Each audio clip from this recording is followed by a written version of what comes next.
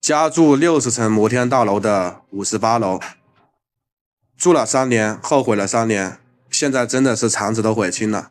每天吃饭都是半生不熟的，每天到夏天的时候一洗澡就是刚好头发洗一半就没水了，这种水压根本就上不来。你看这么高的楼层，住在天上就感觉在腾云驾雾，每天就是感觉冷汗直冒，生怕哪天等不了电梯，然后电梯或者坏了，我就担心了，上班怎么办？孩子上学怎么办？老人更加不方便了，爬楼梯爬60层，那说实话，骨头可能真的要散架了。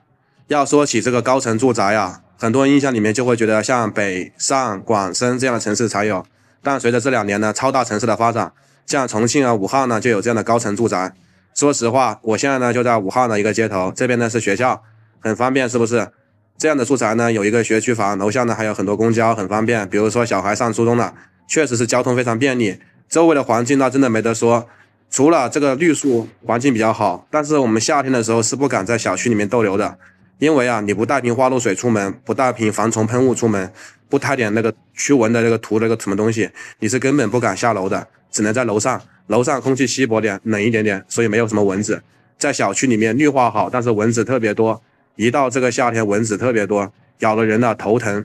那小孩的手上的包啊，各式各样的，真的看得我们自己都心疼。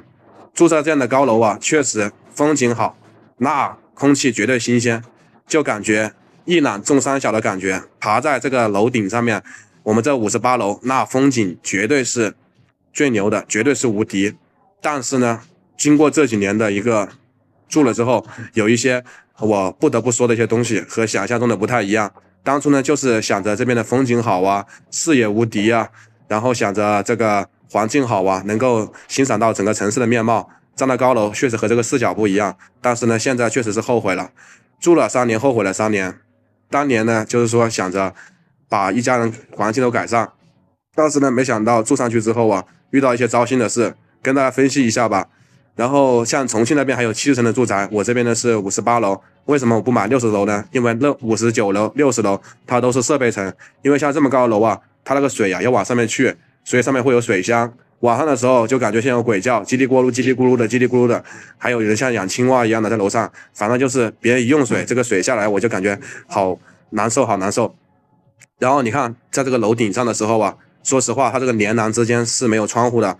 我的小孩呢，有时候会去那边玩，我生怕那边，对不对？因为有时候做防盗窗的话，物业要经过物业的同意，不能擅自加防盗窗，因为那都是安全通道。但是这个安全通道呢，有时候这个风啊从里面穿楼而过，晚上的时候睡觉，那个窗帘啊，有时候窗户没关，就感觉像有人在那里播一样的，就感觉像有鬼在旁边。当然呢，这个还有风穿过来的感觉，就感觉呼啸而过，就感觉有人在那里说话，但一出来什么都没有，就比较害怕。还有啊，像这个有时候下楼的时候，你们知道吗？很痛苦。有一次电梯停了一次，好像是临时检修吧，然后这个楼上人一窝蜂的，然后坐另外2部电梯。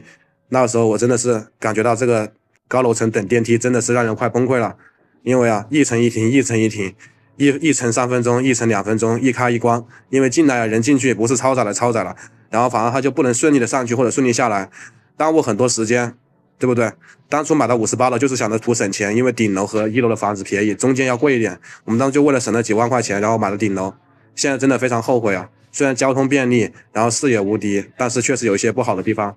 再就是啊，我现在想把这个房子卖了，去买楼梯房。你们觉得我现在有没有必要把它卖掉？